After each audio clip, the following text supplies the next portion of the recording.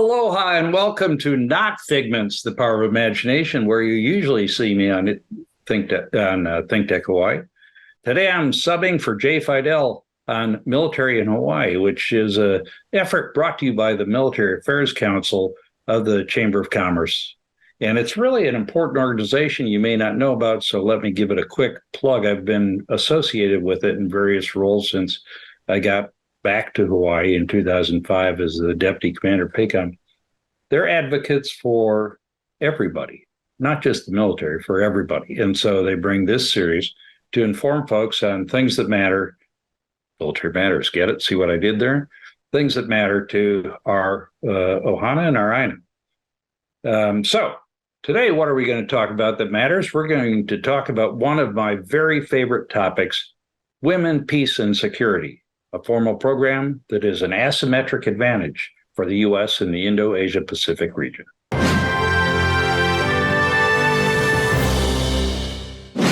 And I'm really fortunate to have as my guest today Monica Herrera, who is the INDOPACOM WPS, Women, Peace, and Security, and I'll use that acronym a lot, curriculum developer manager for INDOPACOM. Monica, aloha. How's it? Aloha. It's going really well. Thank you so much for having me today. And we connected through the Military Affairs Council, but we're like-minded. So if I seem biased in favor of the guest today, it's because I am, because women, peace, and security is something that I cared a lot about as the director at APCSS. I'll try to be a bit of a devil's advocate voice, but you all know what I really think. I think this is an asymmetric advantage. Before we get to the real topic at hand, Monica, I know you're a Air Force Academy graduate, which puts you intellectually and in every other way a level above me since I applied and they left. How did you wind up applying for the Air Force Academy, and where did you come from? Where's home originally? Yeah, I grew up in Southern California in Orange County, and some folks may know it is water polo is a very popular sport there. And the way both my brother and I ended up at the Air Force Academy was actually through water polo. So he went 2 years before I did and was recruited onto the men's water polo team. And that was really my opportunity to see what the Air Force Academy was all about. So I had the chance to go for Parents Weekend when he was a freshman and get a better feel of kind of what the Air Force Academy offers. And that was it, you know, and then I was all in. So I was very grateful for that experience. Did you have any family connection to the military and especially the Air Force, or was it just a good school, which it is, with a good athletic program? What was... We don't have any family connection to the military at all, actually. And I think if we hadn't had that kind of firsthand experience, someone that we knew, so the men's head coach at the Air Force Academy had been at the men's water polo team, had been the head coach at our high school for the boys team. And I think if we hadn't had that kind of personal introduction to what a military academy was all about, neither of us probably would have known that it was even an option. So we're very grateful for that and for the experience. Was it pretty rigorous academically? He says, tongue slightly in cheek. Yeah, absolutely. And I think it's balancing the academics with the athletics and the military leadership opportunities that definitely made it both a challenge, but also incredibly rewarding experience. Yeah, it's not quite the free pass that you might get at some institutions for being a good athlete. And you got your bachelor's degree in, I'm looking here, I have it here. So what's your bachelor's degree in, Monica? It's in behavioral science. And then you went on to get a master's in sociology from Rutgers, a good Big Ten school now, which is kind of weird. There it is. And you minored in Japanese. Did you have an Asia-Pacific bent to you that made you take a language that I find more difficult than Chinese or Korean? Why Japanese? Actually, I had taken Spanish in high school, but there are only Muy so bien. many slots for freshmen to take Spanish at the Air Force Academy. So when they were like, no, Spanish isn't available, I kind of chose a language that I knew was going to introduce me to a different kind of culture and a different region that I hadn't really known about before. And sure enough, I really enjoyed it. I had the chance while I was a cadet to visit Japan on a language immersion program, and minored in Japanese. And actually, I just got back from Japan, helping support a U.S. Army Japan Women, Peace, and Security Symposium, a bilateral symposium with our Japanese allies. So that was really exciting. Well, there's more to it than that. You actually work for the woman politician, political leader in Japan, who's now the mayor of Tokyo. So your Japanese must be pretty good. It's not, unfortunately. You were right. It's a very hard language. So despite the Japanese minor, and despite having spent some time there, a year living there while on a Mansfield Fellowship program, I can get around, but the grammar is a little rocky. Japanese, I was at Kadena for 4 years and spent 4 years in Korea and a lot of time in the rest of Asia. Japanese it never stuck to my brain like some other languages, though I'm not a scholar or a good student. And so, for example, today is Spanish Thursdays, huevos de Espanol here, not huevos, not eggs of Spanish. See what I did there? In our household. So I'm locked in my room, my office, doing an episode of Military in Hawaii, so I don't have to speak Spanish out in the household with my family from Chile. But you were a behavioral scientist in the Air Force. What does a behavioral scientist in the Air Force do? When you were in the field and not teaching at the academy or doing a fellowship in Japan, what was your job? Yeah, so the behavioral scientist career field sadly no longer exists. But the story doesn't end there. I will say when I started, it's not a clinical psychology type of work that I think people normally think of. It's really mostly research based. So I was stationed at the Air Force Research Laboratory, and we were doing research on physical and cognitive performance. So whether it was testing nutritional supplements or sleep schedules or different kinds of physical training programs to try to optimize human performance. So it's part of the human performance wing within the Air Force Research Laboratory. So I ended up only doing that for 3 years, and then I got picked up for my master's degree. I went back to teach, and then once I went on the Mansfield Fellowship program in Japan, I became a foreign area officer. But then I was able to actually switch my primary career field. So I'm now an information operations officer, which is really understanding human cognition and how that affects decision-making within the information environment. So I continue to do that as a reservist, also at Indo-Pacific Command. So that's kind of a loop back to behavioral scientist, right? And it's all about optimizing performance as individuals and organizations. That's my assessment. Am I close to right? Yes, absolutely. And I think also understanding, getting into the kind of decision-making cycle, understanding, especially within the information environment, how people make decisions and how we can use that to our benefit when we're planning operations. And that can sound pretty dark, frankly, to an outsider who doesn't understand what the U.S. military does in the region, but it's not psychological warfare. It's about being able to interact and relate to your counterparts who come from different cultures and countries and languages and everything else. Be respectful of their background while promoting U.S. values and priorities. And so this human side of it is really important. And that brings us to women, peace, and security, which I have to say at the outset is not men, war, and insecurity. It's about using the view of women, the participation of women, the perspective of women effectively in security matters. Okay, if I describe that incorrectly, please correct me, Monica, and go on with a little bit more of a summary of what WPS is. Sure. So you got it absolutely right. WPS, the International Women, Peace, and Security Framework, really started from a UN Security Council resolution. So Resolution 1325, which was unanimously adopted by the Security Council back in October 2000, and was the first resolution to acknowledge the disproportionate impact of conflict and crisis on women and girls, and really seek to include their perspectives and voices, and really just increase women's meaningful participation across peace and security sectors in order to achieve more sustainable peace. 1325 has a behavioral scientist. You probably know that I somehow got it imprinted in my brain over time as 1351, but I'm corrected again. This sounds like some sort of politically correct social engineering baloney, some might say, but it really works, I think. Do you think it really works? And why does it really work to involve women in security matters more fully?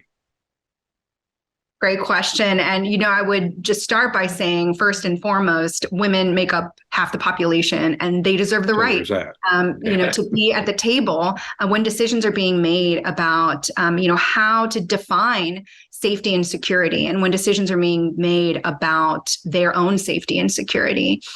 So this is an international agenda. It actually, emerged out of the wars in Bosnia and Rwanda from women in those nations who were demanding a seat at the table.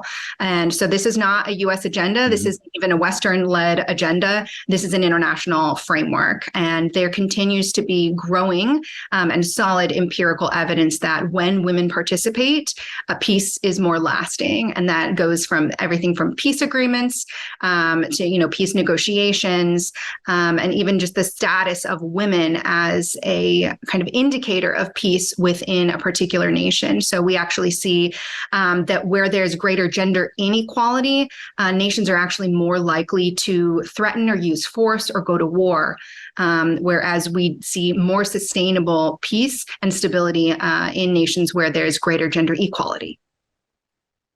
Let me mansplain that to the viewers who, like me, may be toxic males and unable to fully comprehend it. Duh.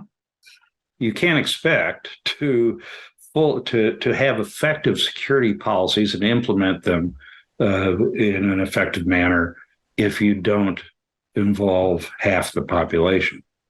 And the alternate voices, the different viewpoints will keep you from doing stupid, I'll say stuff. You guys know what I'm thinking, though.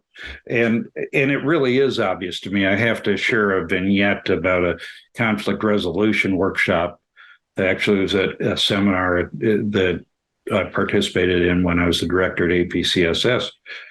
And I was asked how, in this case, or in this event, I was asked, how could it be that Japan chose to attack the United States? And my answer is very simple. Look at the room. Look, for you Hamilton fans, who was in the room? Well, it was all men, all like-minded men from similar background.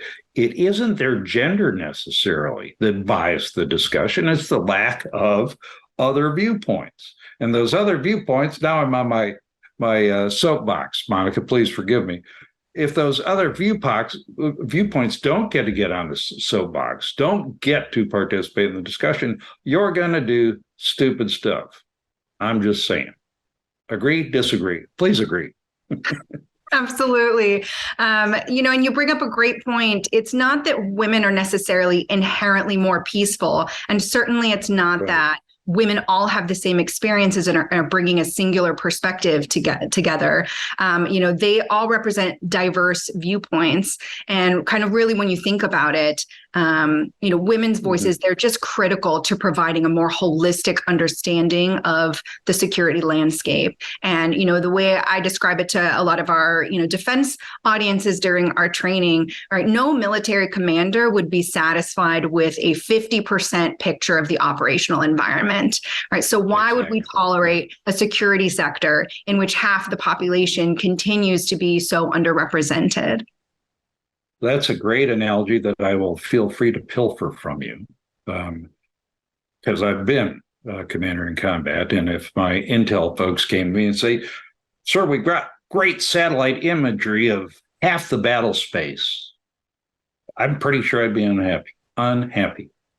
So what does your role sometimes is to go be a gender advisor during operations in the field. What's a gender advisor do? And then I'll put a scenario to it and ask you to explain further. Yeah, that's another great question. So I think Department of Defense has really made significant strides in WPS implementation by training up gender advisors and gender focal points across DoD. And we really are training them to do what we call operationalizing a gender perspective. Right. And really what that means is understanding that men, women, boys, and girls, diverse populations, they experience conflict and crisis in different ways. And so that really means that they have different immediate needs and long-term interests. And that's kind of based in large part on gender roles, especially those gendered considerations, right? Gender roles, rights, responsibilities, expectations, behaviors. So really operationalizing a gender perspective means recognizing gender as a key characteristic of the operational environment, and then using that knowledge to inform mission planning. And so that's, you mentioned, yes, I supported Operation Allies Welcome. These were the U.S. efforts to resettle Afghan evacuees after the evacuation of Kabul. And we were resettling evacuees here in the United States. And we had initially 8 safe haven locations located on 8 different military bases, housing up to 10 to 13,000 Afghan evacuees. And so during that resettlement process, DoD gender advisors were brought in because it was largely the military personnel who were supporting those operations. Right. They were doing things like logistics, housing, food and supply distribution, transportation. And oftentimes these kinds of activities are seen as gender neutral. But when you actually conduct what you call a gender analysis, and you look at the fact that there is the potential for inequitable access to these kinds of relief and recovery resources, to these experiences, to understanding the safety and security of the entire affected population. That's really what a gender advisor does. We conduct gender analysis, we lay this analytical framework, and then integrate it into the military planning process. So into, the orders writing process, all of those kind of very military specific tasks that help ensure that our personnel are providing equitably for the entire affected population. And for men who might go, well, gender neutral is good, it's fair, right? Or women who might say that. Imagine putting one of your family circle of the gender you aren't into an environment that's totally gender neutral. Wouldn't you want some consideration for their unique requirements, their gendered requirements, gender-based safety and stuff like that? I think you would. So, imagine that I'm a commander at let's say humanitarian, really, we won't use the safe haven example. I'm a commander somewhere in the area of responsibility of Indo-Pacific Command. And the problem is a humanitarian disaster, could be an earthquake, flood, mudslide, volcano, that it has on the fringes a terrorism threat. And you come in and introduce yourself, knock, knock, doc. Hi, I'm Monica. I'm your gender advisor. What do you say to me from the outset when I look up from my desk or whatever with a raised eyebrow? What is your opening pitch? Well, the way we train, right, before you go into that meeting, the first thing that a gender advisor will do is identify the commander's priorities, right? And our job is to support the commander in whatever he or she has stated they are trying to do. So if that's to, let's say, safely move a population from one place to the next, or provide security for a particular area, we will go in and say, here are the potential gender considerations associated with this mission. My job as the gender advisor is to make sure that you as the commander are successful in that mission that you've stated by taking gender into consideration, and ensuring that we take that into our military planning process so that any of our interventions are going to be more effective. Okay, so as the commander, one of my stated priorities is to understand the fears of the served population because they're afraid because we've had this disaster, the terrorism. Any thoughts on how you'd tell me to fully understand the gender spectrum of fears, if you will? I'm not sure I said that clearly, but how do we do that? Because the men I'm dealing with, the local militia, let's say, and police, probably mostly men. How do I get the other genders' views on the fears and concerns? Great question. And this is where a gender analysis actually comes into play, which is what we train our folks to do. And that would be, so the first step would be, conducting the gender analysis for that particular local population. So what are those gender dynamics that might be affecting whether or not we're hearing from the entire population? Maybe women in that culture are not allowed to speak directly to men outside of their family, as an example. So how are we going to be able to access the perspectives of the entire population? Let's say we're only sending in engagement teams that are all male. That would be a potential solution. Let's look at the makeup of our engagement teams to ensure we have the right mix of folks that will be able to access the entire population so that we can get that better full scope of the picture when it comes to identifying the security needs and the safety concerns of the entire population. That would be just one example. Okay, let's take that very male focused led environment that you described. I hate to say male dominated because it's not that women don't have a role in society. In this case, it's not a public role, but we're doing public work, providing humanitarian assistance and perhaps some mitigation of the terrorist threat now. And I've bought into you as my gender advisor, and now we're having a meeting with the local authorities who happen to be all men. They are all men. And I've got you with me because I trust you as my gender advisor. And I say to the folks we're trying to help, this is Monica. She's my gender advisor. And she wants to do, what do you want to do? What do you say to these men who are kind of raising the eyebrow again and confronted with a situation they may not be comfortable with? I mean, let's just recognize that may be uncomfortable for them.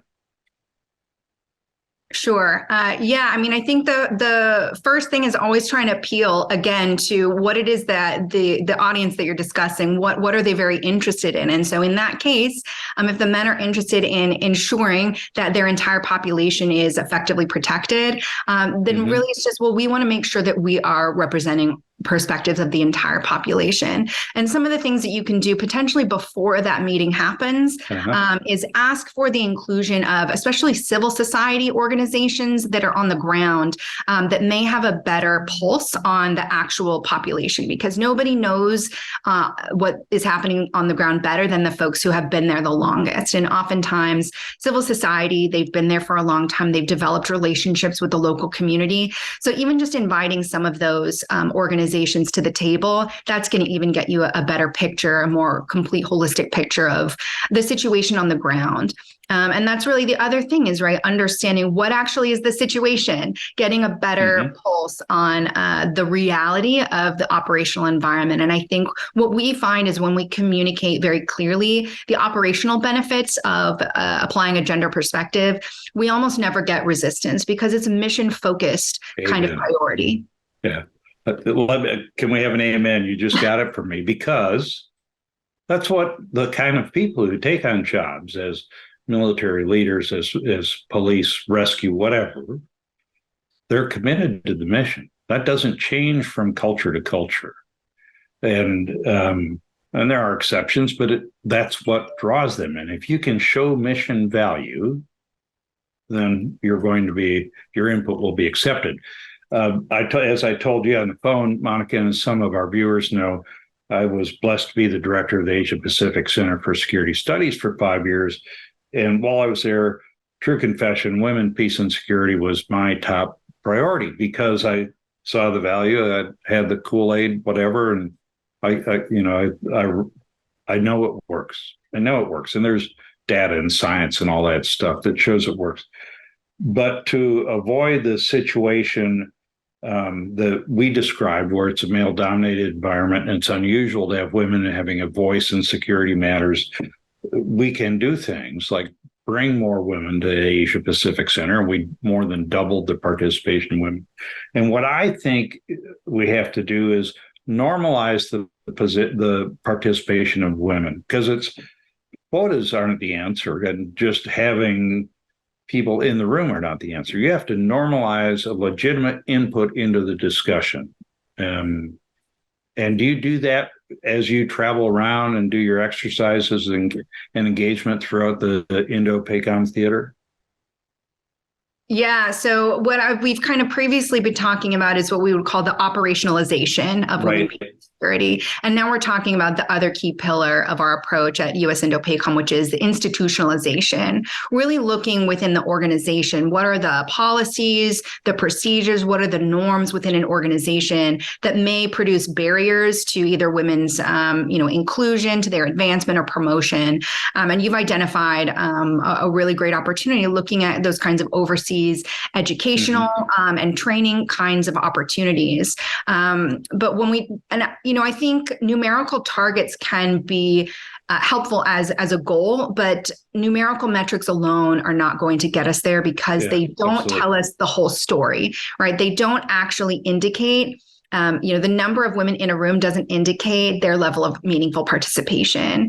And meaningful participation really means that they can bring their whole authentic selves to the table and be equally respected members of the team, right? That they are not only at the table, but they're speaking, that they're not only speaking, but that they're listened to, that their ideas and thoughts are considered as equal to their male counterparts. And in some cases, that is a kind of cultural shift. And it really does require going deeper into just looking at numerical targets on their own.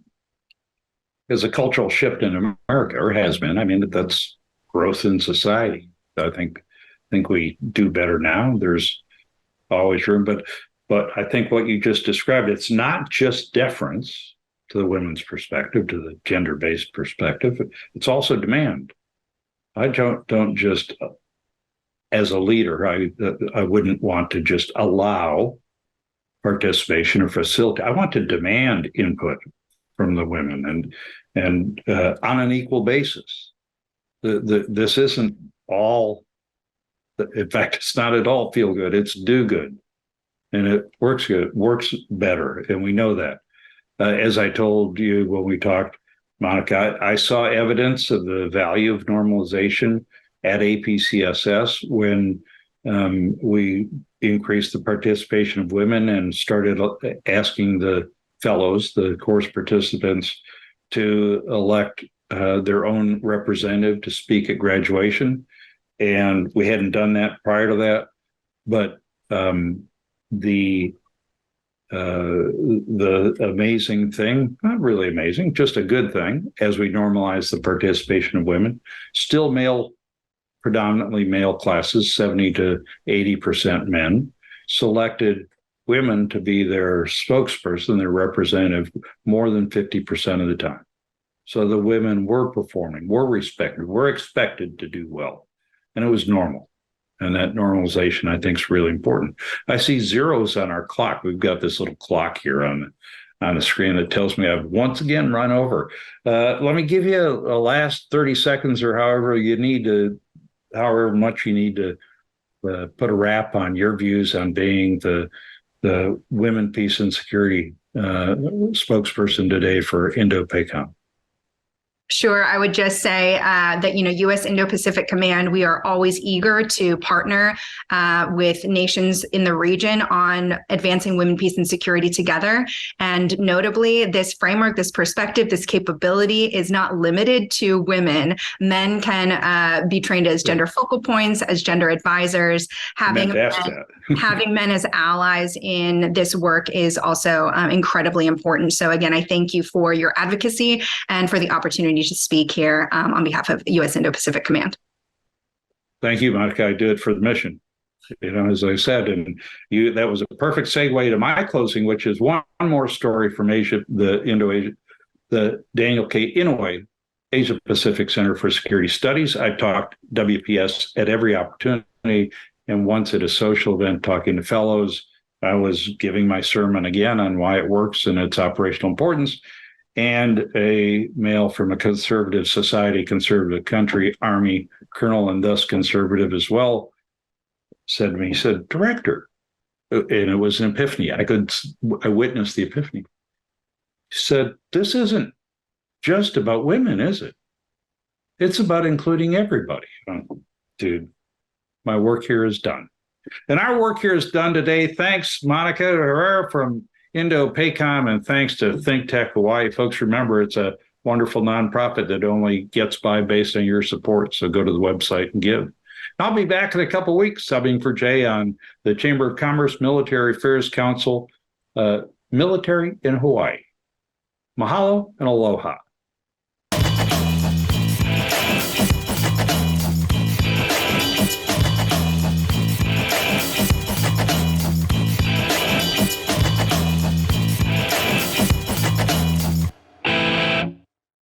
Thank you so much for watching ThinkTech Hawaii. If you like what we do, please like us and click the subscribe button on YouTube and the follow button on Vimeo. You can also follow us on Facebook, Instagram, and LinkedIn, and donate to us at thinktechhawaii.com. Mahalo.